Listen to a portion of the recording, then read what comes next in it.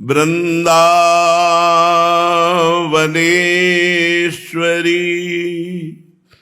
तवैव पदारविन्दम् प्रेमामृतैकमकरन्द रसौघपूर्णम् हृद्यर्पितं मधुपते स्मरतापमुग्रं निर्वापयत् परमो शीतलमाश्रयामि। निर्वापयत् परमो शीतलमाश्रयामि। परम सच्चिदानंद घन प्रेमानंद स्वरूप नवनिभृत निकुंज महामहिम परम पावन श्री वृंदावन धाम, श्री वृंदावन धाम के लाडिले युगल सरकार प्राणाराध्य प्राण प्रिय श्री प्रिया प्रीतम जो समस्त सहचरी वृंद खग मृग पशु पंछी तरुलता श्री यमुना रस रानी रज रानी समस्त ब्रजवासी परिकर के चरणों में कोटिशा प्रणाम, कोटिशा नमन, नमस्कार। प्यारे जू की अपार कृपा है। चारों तरफ से कृपा हमें घेरे हुए है। कृपा रूपी कवच से हम हर समय सुरक्षित हैं। अब हमें कोई परास्त नहीं कर सकता, क्योंकि परास्त करने वाला द्वंद्व ही नहीं बचा। आप ही हैं परास्त करने वाले और आप ही हैं विजय दिलाने वाले। जिससे विजय दिलानी वो भी आप ही हैं और जो विजय है वो भी आप ही हैं।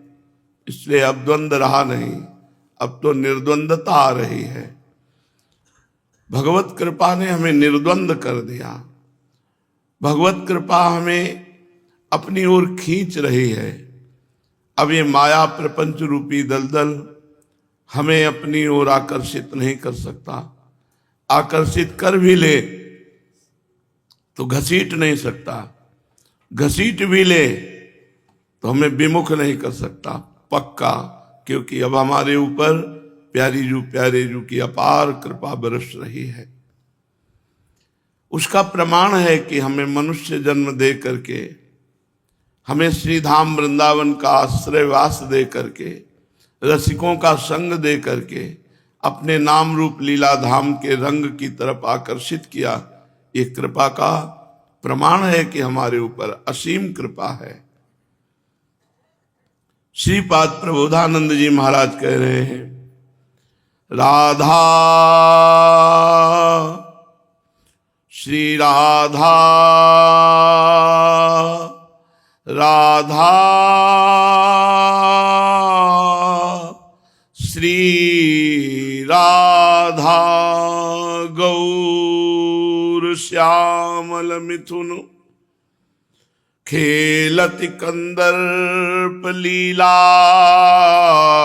यत्र राधा माधो नामना प्रथित तन्नोमि कानन किमपि। नमस्कार करता हूँ श्रीधाम वृंदावन को, जहाँ राधा माधव नाम के युगल दंपत्ति नित्य लीला परायण हैं। पावन पुलिन यमुना जी के समीपस्थ विराजमान वृंदावन की कुंज निकुंजों में जहाँ श्री राधा माधव युगल सरकार खेल रहे हैं, ऐसे वृंदा विपिन को बार बार नमस्कार कर रहे। तन्नोमि कानन किमपि, मैं ऐसे वृंदावन, किमपि का तात्पर्य अनिर्वचनीय, ऐसे महामहिमा में अनिर्वचनीय वृंदावन को प्रणाम करता हूँ, जहाँ नित्य राधा माधव नवीन नवीन कुंजों में लीला परायण है। खग वृंदम पशु वृंदम द्रुमवल्ली वृंद मुन्मद प्रेमना प्रीणयदमृत रसेन शांत वृंदावन नमत। मैं प्रेम प्रदान करने वाले वृंदावन के पक्षियों की वंदना करता हूं। खग वृंदम, प्रेम प्रदान करने वाले वृंदावन के पशुओं की वंदना करता हूं। पशु वृंदम, प्रेम प्रदान करने वाले वृंदावन की लताओं की गुल्म औषधि की वंदना करता हूं। द्रुमवल्ली वृंद मुनमद प्रेमना, ये सब उन्मादकारी प्रेम प्रकट करने में सामर्थ्यशाली हैं। वृंदावन के खग मृग पशु पंछी द्रुम लता वल्ली ये प्रिया प्रीतम का प्रेमोन्माद प्रदान करने में समर्थ हैं, और हमको इन्हीं के बीच में रहने का सौभाग्य मिला। जिनके पावन पुलिन की नवनिवृत्त निकुंजों में नित्य लीला परायण युगल सरकार है, ऐसे वृंदावन में जहां के खग मृग पशु पंछी द्रुमवल्ली तरुलता अद्भुत उन्मादकारी प्रेम प्रदान करने वाले हैं, ऐसे वृंदावन में प्रीणय दमृत रसेन शांत वृंदावन नमत। मैं ऐसे समस्त द्वंद्वों से शांत निर्विकार प्रेम स्वरूप वृंदावन को नमस्कार करता हूं।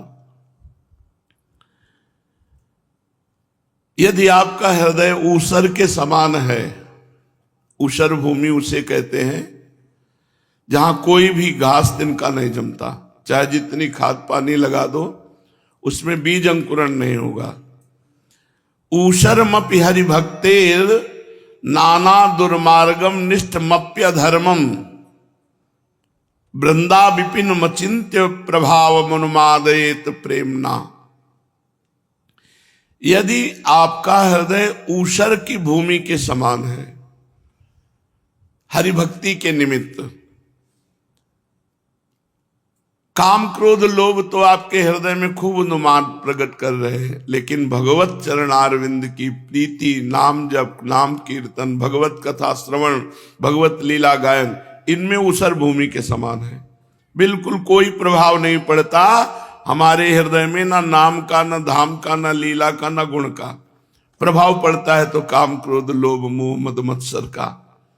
ऐसा जिसका हृदय है और जो नाना विधि नाना दुर्मार्ग निष्ठ मप्य धर्मम, बड़ी महिमा वर्णन करते हैं, जो नाना प्रकार के अधर्म निष्ठा पूर्वक करता है। निष्ठा पूर्वक, मैं रोज ये पाप कर्म किए बिना नहीं रह सकता, निष्ठा है मैं इसके बिना नहीं रह सकता। जैसे श्री धाम की निष्ठा में धाम के बिना नहीं रह सकता, नाम निष्ठ में नाम जप के बिना नहीं रह सकता, गुरु निष्ठ में गुरुदेव के बिना नहीं जी सकता, ऐसे ही पाप कर्म अधर्म के बिना मैं नहीं रह सकता। बोले नाना दुर्मार्ग निष्ठ मप्य धर्मम, नाना प्रकार के दुष्ट मार्ग अधर्म मार्ग को निष्ठा पूर्वक करने वाला व्यक्ति हो तो भी अचिंत प्रभावशाली वृंदावन के वास और आश्रय के प्रभाव से मुन्मादयेत प्रेमणा, जो ऊसर भूमि हृदय है, हृदय में जिसके भक्ति का किंचन मात्र कोई प्रभाव नहीं पड़ता है, जो दुष्ट स्वभाव का अनेक प्रकार के अधर्माचरण करता है निष्ठा पूर्वक, ऐसा भी यदि वृंदावन का आश्रय ले ले, वास स्वीकार कर ले, तो श्रीपाद कहते अचिंत महिमा वृंदावन की कि उसके हृदय में भी प्रभाव मुन्मादेत प्रेमना, वृंदा विपिन मचिंत्य प्रभाव मुन्मादेत प्रेम, उसको भी प्रेमोन्माद से उन्मत्त कर देगा वृंदावन एक दिन। जो ऊसर भूमि हृदय नाना प्रकार का धर्माचरण करने वाला, इसको तो नरक मिलना चाहिए, लेकिन यदि उसने वृंदावन का आश्रय ले लिया है, वृंदावन का वास स्वीकार कर लिया है, तो प्रिया प्रीतम के प्रेम में निश्चित उन्माद युक्त हो जाएगा। ये वृंदावन का प्रभाव है। वृंदावनम मचिंत प्रभाव मुन्मादयेत प्रेमना, अचिंत, तुम सोच नहीं सकते कितनी महिमा वृंदावन की है। कि ऐसे दुष्ट नीच पुरुषों को भी प्रिया प्रीतम के प्रेमोन्माद में युक्त कर देने की सामर्थ्य वृंदावन की है। ऐसे वृंदावन को मैं नमस्कार करता हूं, प्रणाम करता हूं। भक्त्यैकयान्यत्र कृतार्थ मानिनो धीरास्तदे तन्न वयम विदामः। श्री राधिका माधव वल्लभम नः परंतु वृंदावन मेव संश्रयः। जो अन्यत्र तीर्थों में जाते हैं, अन्यत्र धामों का सेवन करते हैं, अहोभाग्य धन्य भाग। और कुछ लोग एकांतिक भक्ति योग का अनुष्ठान करते हैं, ये भी कृतार्थ है, धन्याति धन्य है। उनको भी हम धीर पुरुष कहते हैं, श्रीपाद कहते हैं। वो बड़े धैर्यवान हैं, जो अपने घरों का त्याग करके तीर्थों में वास करते हैं, पुरियों में वास करते हैं, उनको प्रणाम करते हैं। जो एकांतिक हरि की भक्ति योग में है, वो भी कृतार्थ है, बड़े धीर हैं, बड़े महिमाशाली हैं। परंतु जो श्री राधा किशोरी के चरणों के आश्रित है, बड़ी गजब की बात है। अभी थोड़ी देर पहले किसी साधक से चर्चा में कह रहे थे कि ये बहुत विचित्र मार्ग है। कैसा विचित्र मार्ग है? चढ़ी कै मोम तुरंग पर चलिबो पावक माही।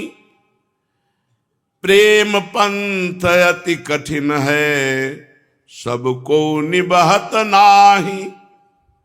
बड़ा कठिन है प्रेम पंथ का निर्वाह करना। आशिक मिजाज चाहिए हमें त्यागी बैरागी ज्ञानी विज्ञानी नहीं चाहिए, हमें आशिक मिजाज चाहिए। दिल फेंको, फेंक दिया बस, बिल्कुल पक्का समझो।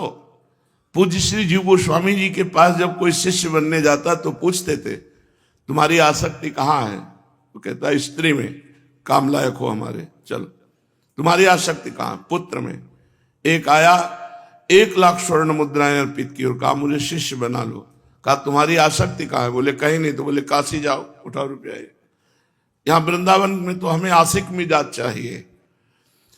अगर राग ध्वनि सुनकर मोहा नहीं, रूप देख करके नहीं मोहा, कहीं प्रियता नहीं है, तो हमारे काम का आदमी नहीं है। हमारे काम का आशिक मिजाज आदमी चाहिए। पक्का समझो, दिल फेंको। हाँ, झोंक दिया, अब जो होगा सो देखा जाएगा। ऐसा प्रेमी विचारवान नहीं होता। विचारवान कभी प्रेमी नहीं होता। प्रेम में विचार, शर्त, सौदेबाजी, अनुकूलता, ये सब नहीं होती। ये नहीं होती।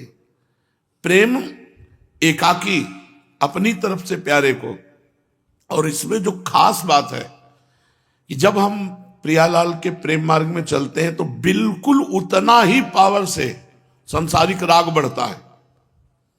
चढ़के मोम तुरंग पे चलिबो पावक। मोम के घोड़े पे बैठ के तो पिघल नहीं जाएगा आग में, लेकिन आपको निकलना है। चढ़के मोम तुरंग पे चलिबो पावक माही। प्रेम पंथ अति कठिन है सबको निभात नहीं। जैसे घर बार परिवार संसार राग शरीर राग सब त्याग करके वो प्रियालाल के प्रेम में चला।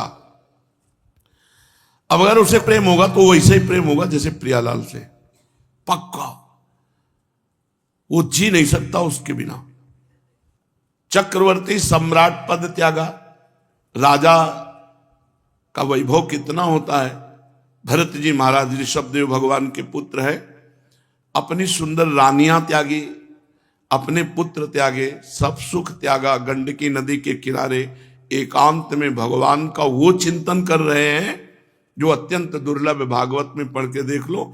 उनको ये भी शुद्धि नहीं रहती कि अगला पूजन में क्या करना है। भगवान की रूप माधुरी में ऐसे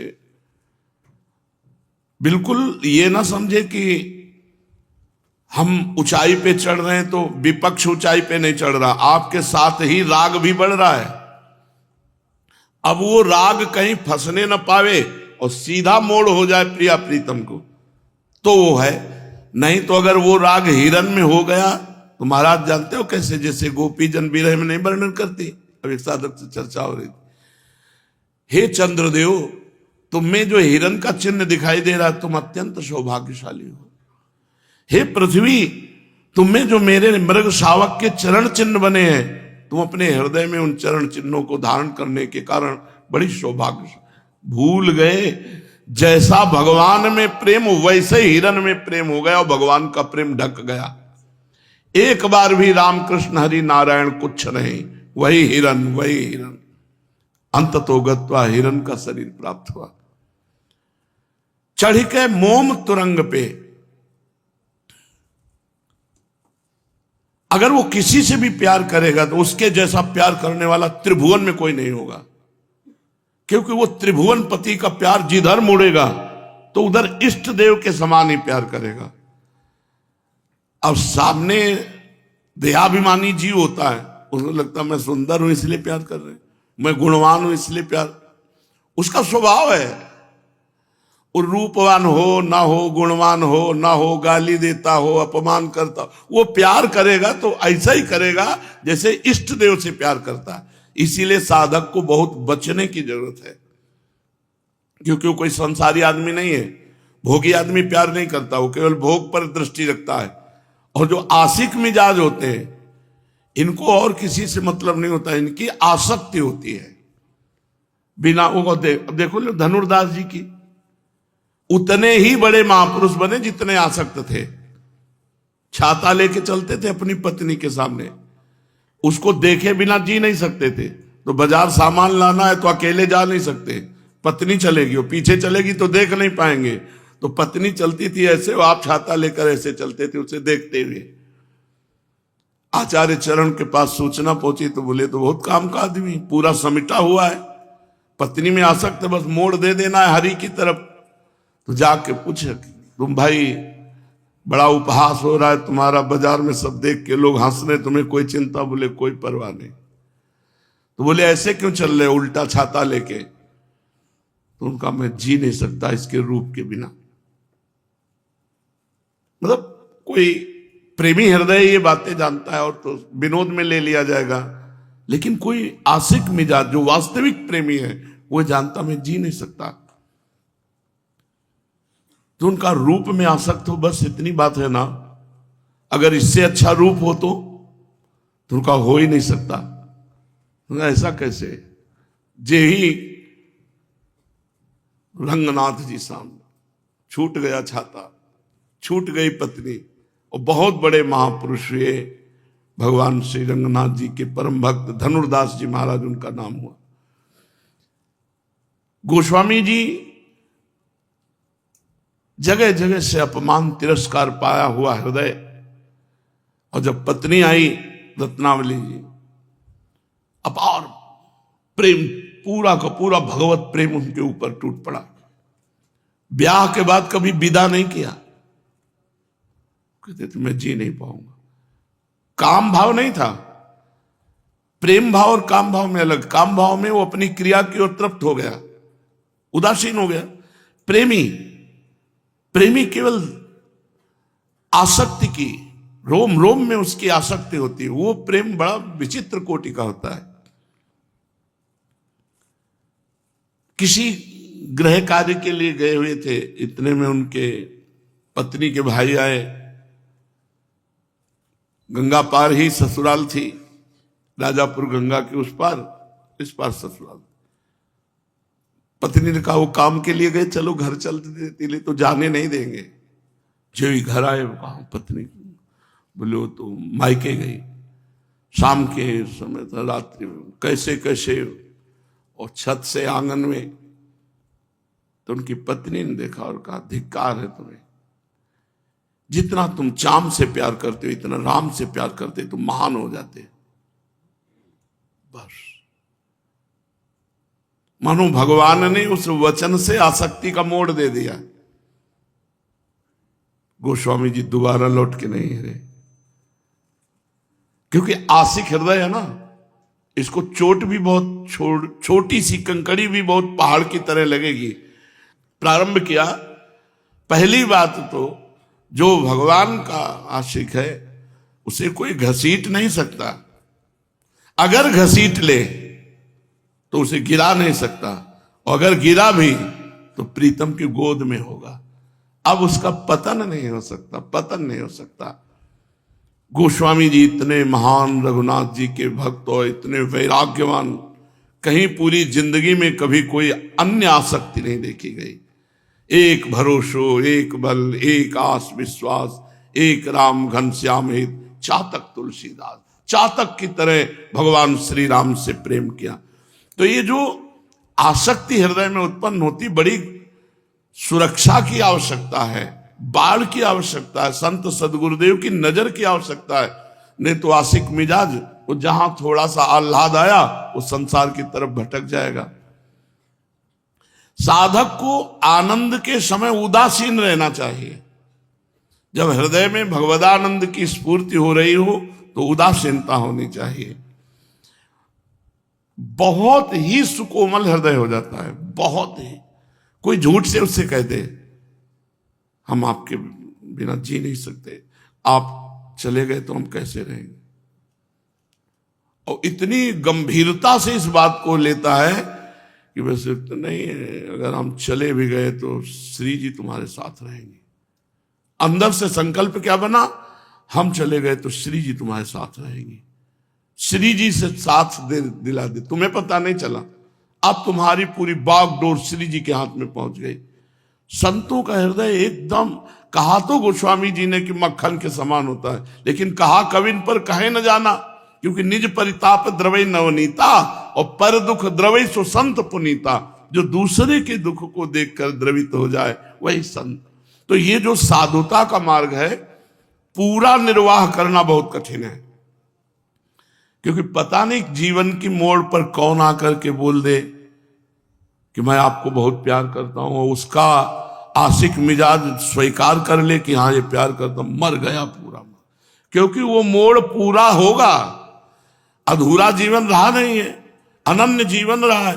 तो अगर वो एक प्यार करेगा तो पूरा राम जी की तरह अनन्य होके करेगा, जैसे हिरन में भरत जी ने किया, पुरंजन ने पुरंजनी से किया, पूरा मतलब अष्ट प्रहर सेवा पूरी। कोई समझ नहीं सकता, नहीं समझ सकता, नहीं समझ सकता। हो सकता है तुम्हें देख के लगे कि बहुत नीच इंसान है, इस रूप में इतना गिरा हुआ। वो गिरा हुआ नहीं है, वो इतना आसक्त चित्त है कि उसकी महानता को तुम जान ही नहीं सकते हो। एक संत का रिक्शा में बैठा पति पत्नी जा रहे थे, पत्नी की तरफ उसकी, और पीछे रिक्शा के लगे। पति धार्मिक प्रवृत्ति का था, वो बिल्कुल ऐसे जैसे बछड़ा गाय के पीछे लगा हो। रिक्शा रुकवाया, क्या बात है, आप पीछे क्यों दौड़ रहे? तो कुछ नहीं, आप जाइए। बोले आप हमारी पत्नी को देख रहे हैं ना? बोले बस इस रूप ने ऐसा मुझे घसीटा कि बस मुझे यही लग रहा है मैं हर समय देखता रहूं, हर समय देखता रहूं। पीछे पीछे उसके घर तक रिक्शा, रूपा शक्ति, बड़ा बावरापन चढ़ता है प्रेम में। और इस प्रेम को आर पार प्रियाजू तक पहुंचा देना केवल गुरुदेव के शासन में दम है, अन्यथा नहीं नहीं, वो कहीं भी फंस जाएगा। ऐसी जगह फंस सकता है तुम सोचोगे कि ऐसा कैसे हो सकता है। ऐसा हो सकता है क्योंकि उसके पास बहुत बड़ा धन है आसक्ति का, और वो जिधर मुड़ेगा हाहाकार मचा देगा। तो इसीलिए कहा चढ़ के मोम तुरंग पे चलिबो पावक माही, प्रेम पंथ अति कठिन है, सबको निबहत आर पार केवल प्रियाजू तक ही प्रेम पहुंचना चाहिए। बीच में कहीं भी किसी वस्तु व्यक्ति स्थान का स्पर्श ना होना चाहिए। तो कह रहे भक्त्यैक यान्यत्र कृतार्थ मानिनो। कोई तीर्थों की भक्ति, पुरियों की भक्ति, धामों की भक्ति कर रहे हैं, बड़े धीरवान महापुरुष हैं, प्रणाम है। घर परिवार छोड़ करके तीर्थ पुरियों में वास करना।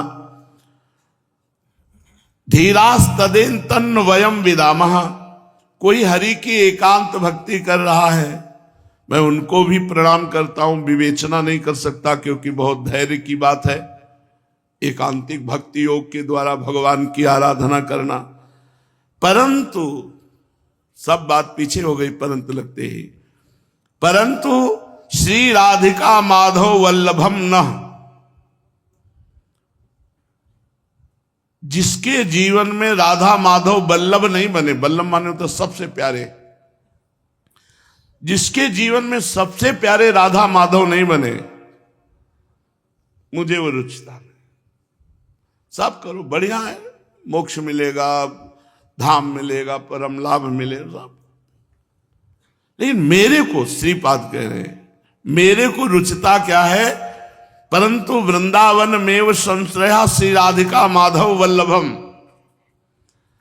वृंदावन की नवीन कुंजों में गलवहियां दिए हुए नव किशोरी नव किशोर जो वन विहार कर रहे हैं, इनमें जो आसक्त चित्त हैं ये मेरे काम के हैं, इनका मैं संग करूंगा, इनकी चरण रज माथे पे लगाऊंगा, इनकी बात सुन, और सबको प्रणाम है, मुझे क्या, मुझे कोई लेना देना नहीं और किसी से।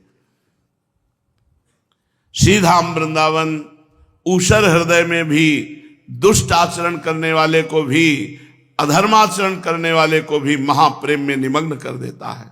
महाप्रेम का स्वरूप क्या है, सर्वस्व से मन हटाकर एकमात्र प्रियालाल में लगा लेना, सर्वत्र से मन हट जाए और एकमात्र श्यामा श्याम में लगे, ये महाप्रेम। इसी से चरम अवस्था की उन्मादकारी महामाधुर्य रस की उपस्थिति उसके हृदय में पाई जाती है। पूज्यपाद श्री उड़िया बाबा जी महाराज,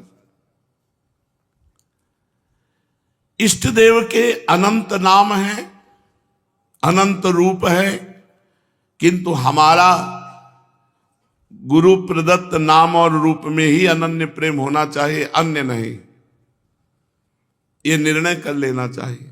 अब हमारे हृदय में चलेगा तो गुरु प्रदत्त ही, श्री राधा वल्लभ लाल को हृदय ध्यान मुख नाम, नहीं तो रसना कटो जो अन रटो निरख अन फुटो नयन। ये प्रारंभिक भक्ति नहीं, ये चरम अवस्था की पहुंची हुई भक्ति है जो गुरु प्रदत्त नाम मंत्र इष्ट में अपने आप को अनन्य कर देता है। भगवान से भगवान नाम अलग है, लेकिन भगवान नाम से भगवान अलग नहीं है। जैसे हम बोले राम, तो राम का नाम अलग हुआ और राम जी अलग हुए, लेकिन राम नाम से राम जी अलग नहीं हो सकते। भगवान से नाम अलग है, लेकिन नाम में भगवान अभिन्न है, विराजमान है। इसलिए जो नाम जप कर रहा है वो हर समय भगवान के सानिध्य में है। हम बोल रहे राधा राधा, तो राधा किशोरी हमारे जिह्वा में राधा नाम रूप में विराजमान है।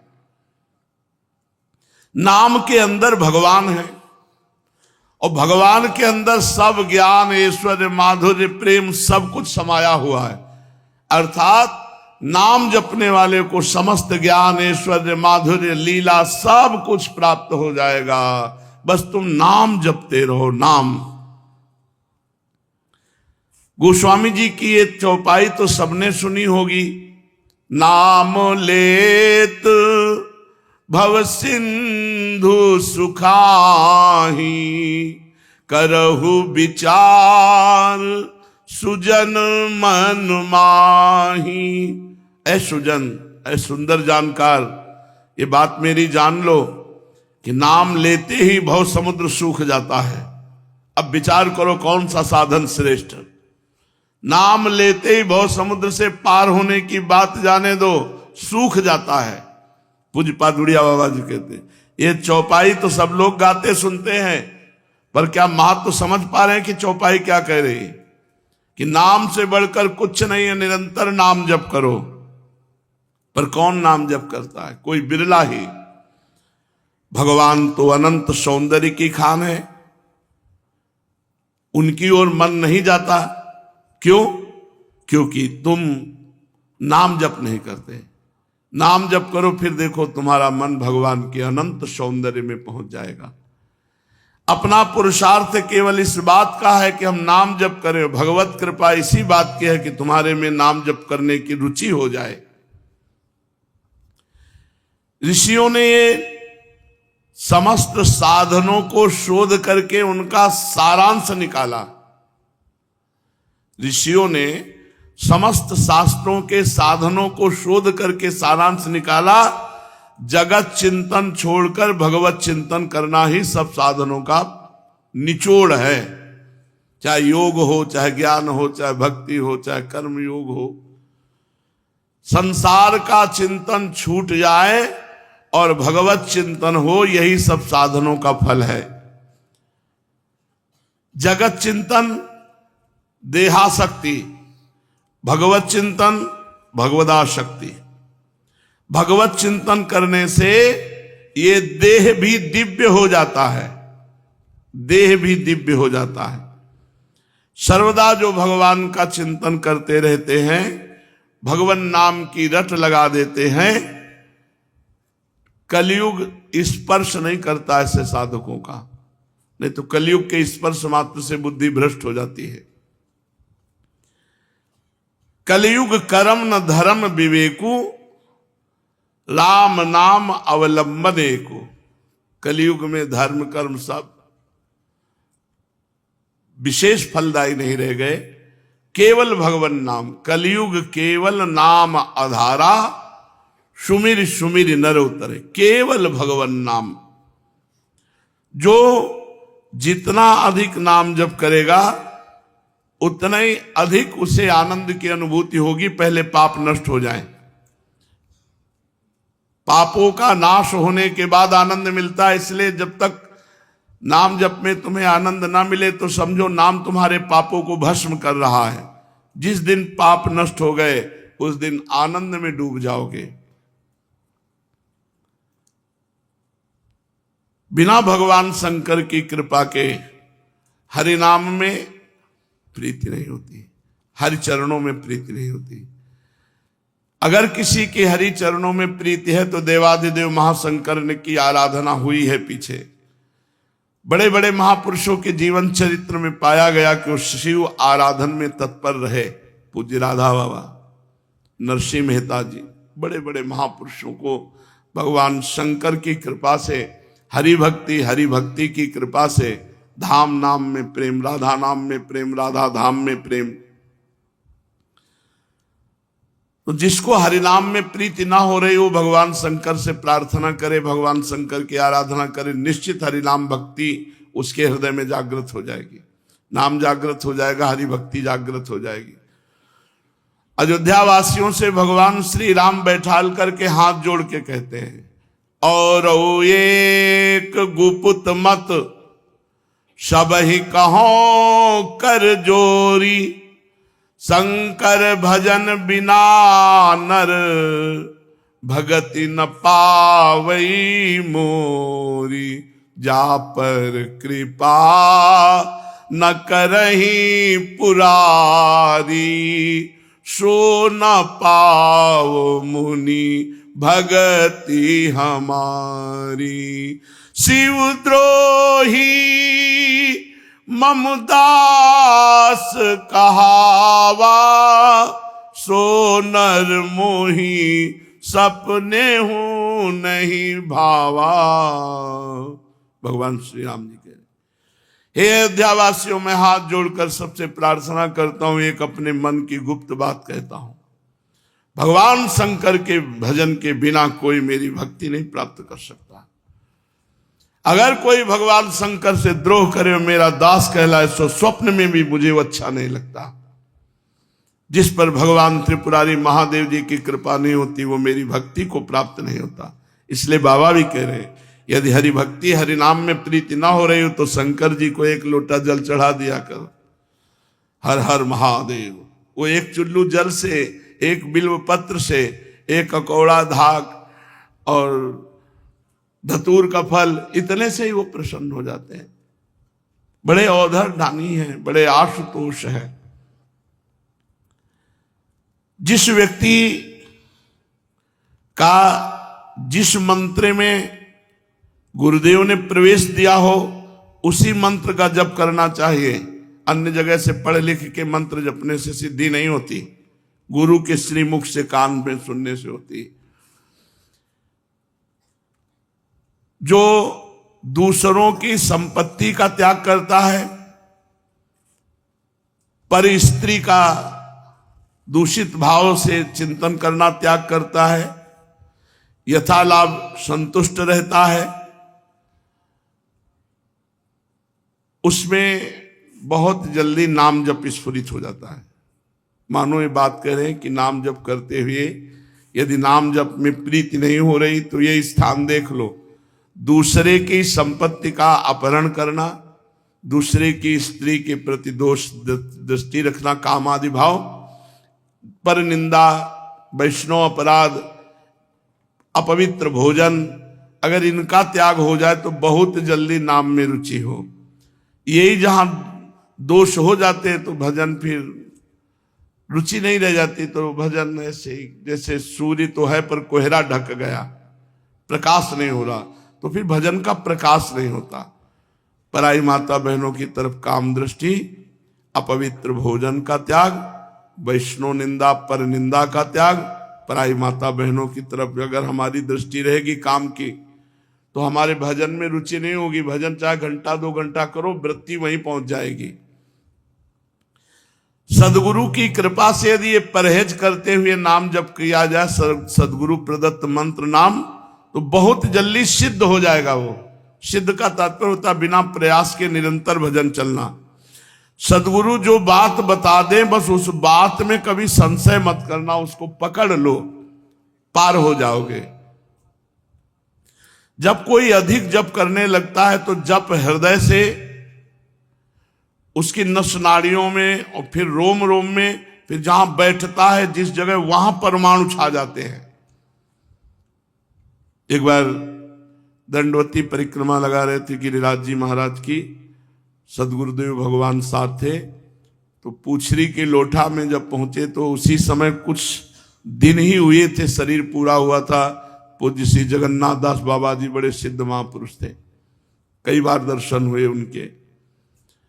मध्याह्न में जब विश्राम को लेटे, थोड़ी देर में करवट बदला, देखा गुरुजी नहीं, उनका दंडोती लगाने चले गए। ऐसा तो अभी तक नहीं हुआ, बिना बताए बिना कहे चले गए।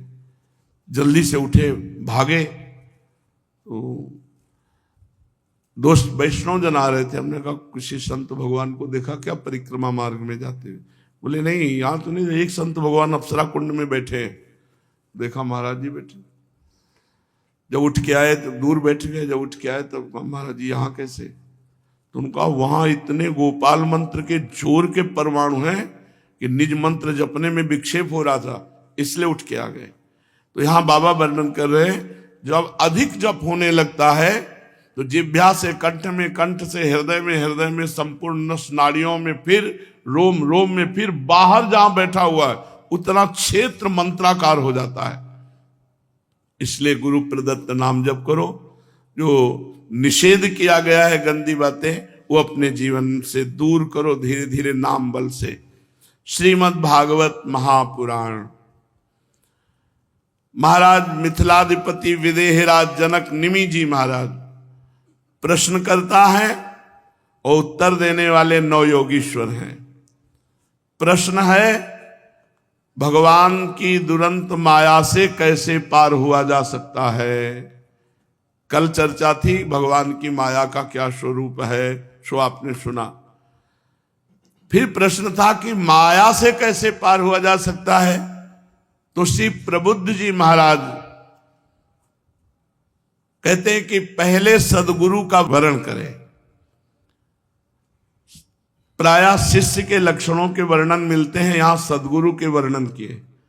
सदगुरु कैसे होने चाहिए? बोले जो शाब्द ब्रह्म और पर ब्रह्म दोनों के ज्ञाता हो। शब्द ब्रह्म शास्त्रों के ज्ञानी, पर ब्रह्म आत्मस्वरूप का बोध अर्थात भगवत साक्षात्कार। इसलिए जो परम कल्याण का जिज्ञासु हो उसको गुरुदेव की शरण लेनी चाहिए। गुरुदेव ऐसे हों जो शब्द ब्रह्म वेदों के पारदर्शी विद्वान हो, जिससे वे ठीक ठीक समझा सकें और साथ में ही परब्रह्म की अनुभूति से युक्त हो, ताकि वो अपने अनुभव की रहस्य की बातें शिष्य को बता सके।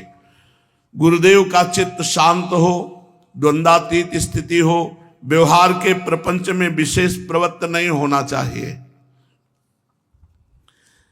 गुरु शिष्य का संबंध है संसार से मुक्त होने का, और अब इसको प्राय व्यापार बना लिया गया।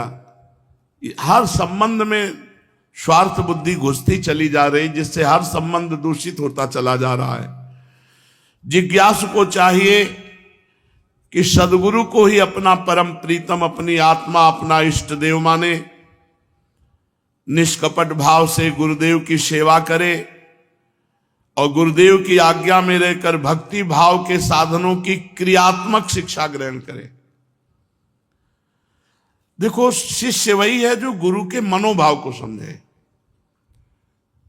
क्रियात्मक शिक्षा, इस समय भोग लगाना, इस समय ऐसा, इस समय कभी कभी ऐसा पाया जाता है कि अपनी रुचि के अनुसार सेवा करना और गुरु जी की रुचि के अनुसार या इष्ट देव की रुचि के अनुसार सेवा, बड़ा अंतराय हो जाता है। अपनी रुचि के अनुसार सेवा करने पर जो आपको सुख होता है वो स्वसुख है, और गुरु जी या इष्ट देव की रुचि के अनुसार जो सेवा की जाए वो तत्सुख है। तत्सुख ही हमारी सिद्धि है।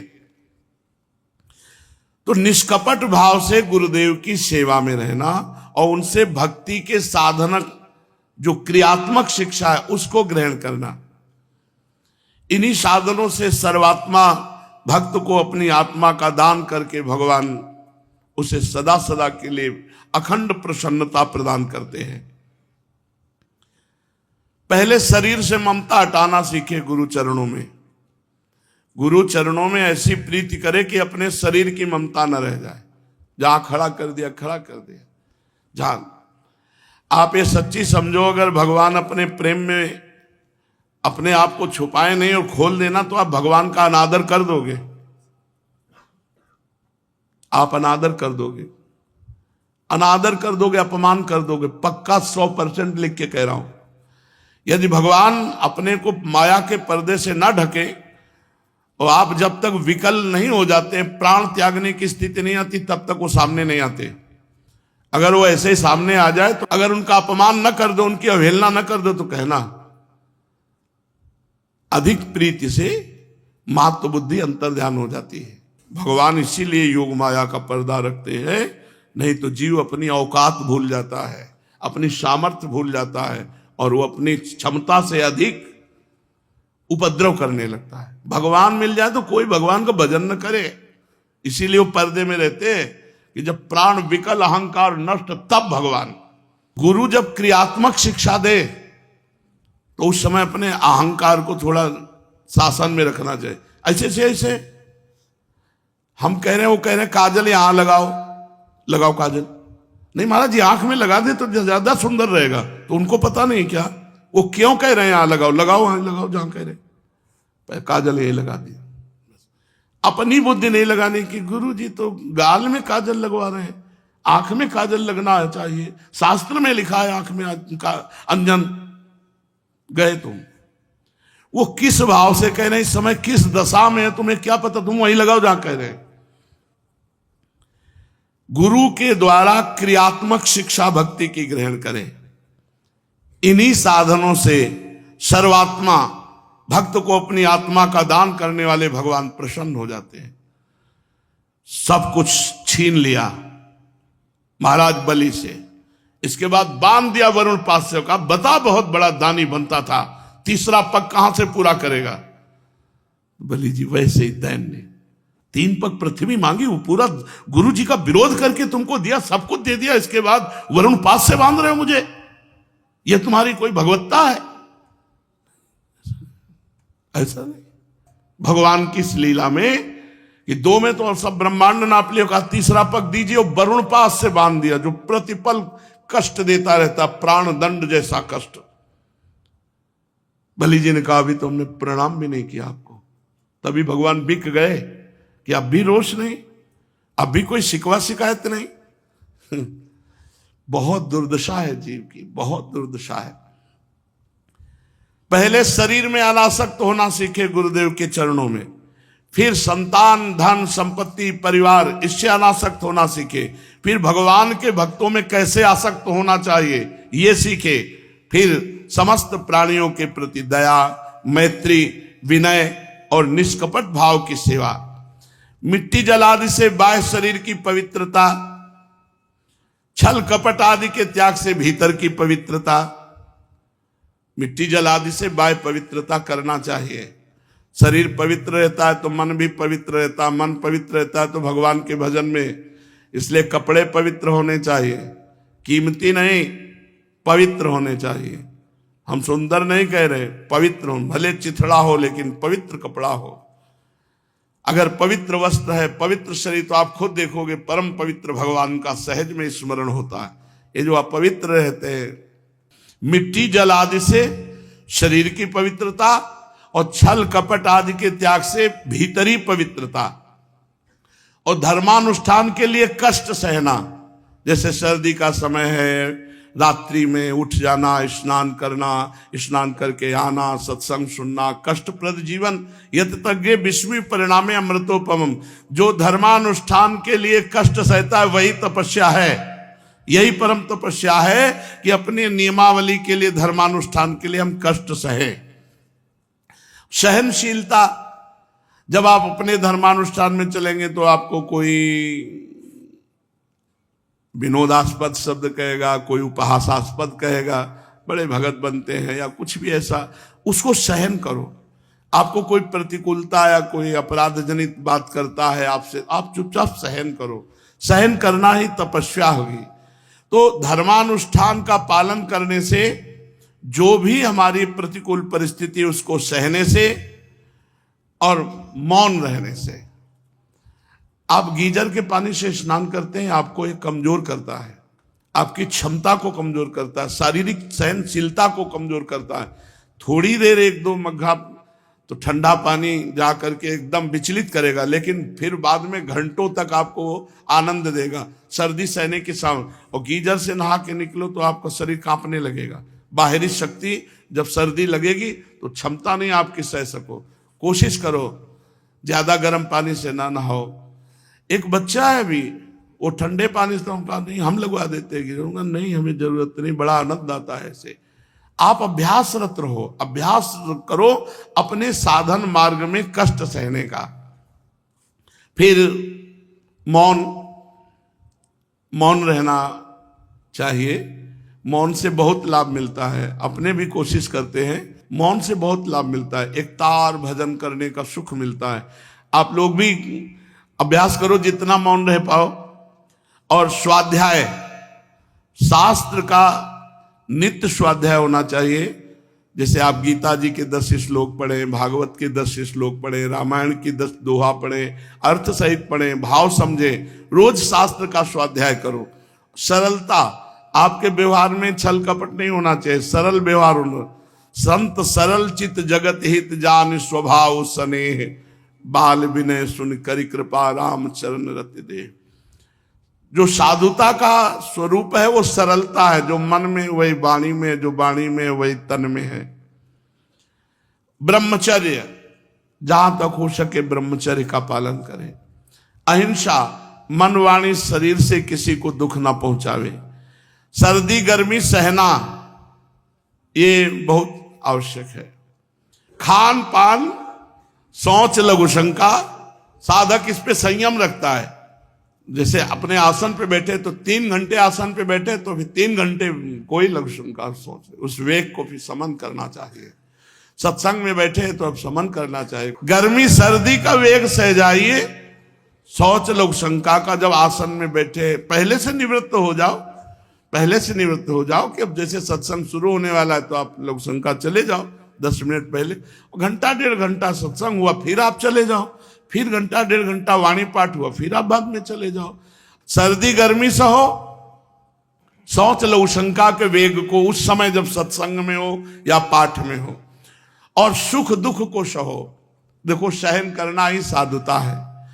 हर्ष और विषाद को सहो। तुम्हारे अनुकूल हो तो हर्ष, विषाद हो तो मुंह हिलगा लिया। प्रतिकूलता में सर्वत्र, सब देश, सब काल, सब वस्तुओं में भगवान विराजमान है। अपने अनुकूल हर्ष, प्रतिकूलता में विषाद, ये साधक का लक्षण नहीं। अनुकूलता और प्रतिकूलता में समान भाव रखना।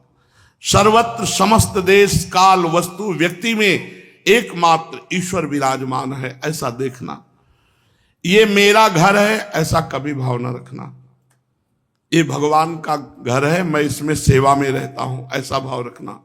गृहस्थ हो तो पवित्र वस्त्र पहनना, और त्यागी हो तो फटे पुराने पवित्र चिथड़े, जो कुछ प्रारब्ध के अनुसार मिल जाए उसी में संतोष करना चाहिए।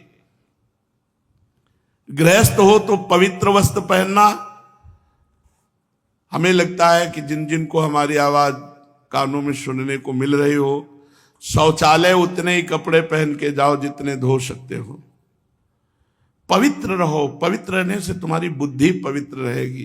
ये जो ऐसे शौच हुआ है, सब पैंट शर्ट पहने और वैसे सब घूमते रहते, पूरा घर अपवित्र रहता है, इनका भोजन अपवित्र, इनका संभाषण अपवित्र, इनका जीवन अपवित्र रहता है। पवित्रता अति अनिवार्य है। वैसे प्रार्थना है जहां तक हो सके घर का भोजन करने की चेष्टा करो, स्वयं रोटी दाल बना लो। ये ज्यादा चाट चूट में मत पड़ो, नहीं तो जीवन चट जाएगा, माया चाट लेगी, पूरी आयु को चाट लेगी, पूरी श्वासों को। प्रारब्ध के अनुसार जो मिल जाए उसी में संतोष होना चाहिए। अरे अच्छा भोजन करो, दंड बैठक मारो, सब ठीक रहे। व्यायाम अत्यंत आवश्यक है परमार्थ के साधक को। और खान पान बहुत संभाल के। आज हमारा जो खान पान है वो आधुनिकता की तरफ बढ़ता जा रहा है, स्वाद की तरफ बढ़ता जा रहा है। ये बहुत हानिकारक है, अच्छी बात नहीं। मूंग की दाल, अरहर की दाल, रोटी, चावल महाप्रसाद हो गया, थोड़ा सलाद हो गया, टमाटर है, वो जिससे मूली है, खीरा है, ये पवित्र चीजें खाओ, भजन करो। तो ये भोजन की ऐसी प्रणाली बनाओ जिसको देखकर भगवान की याद आवे।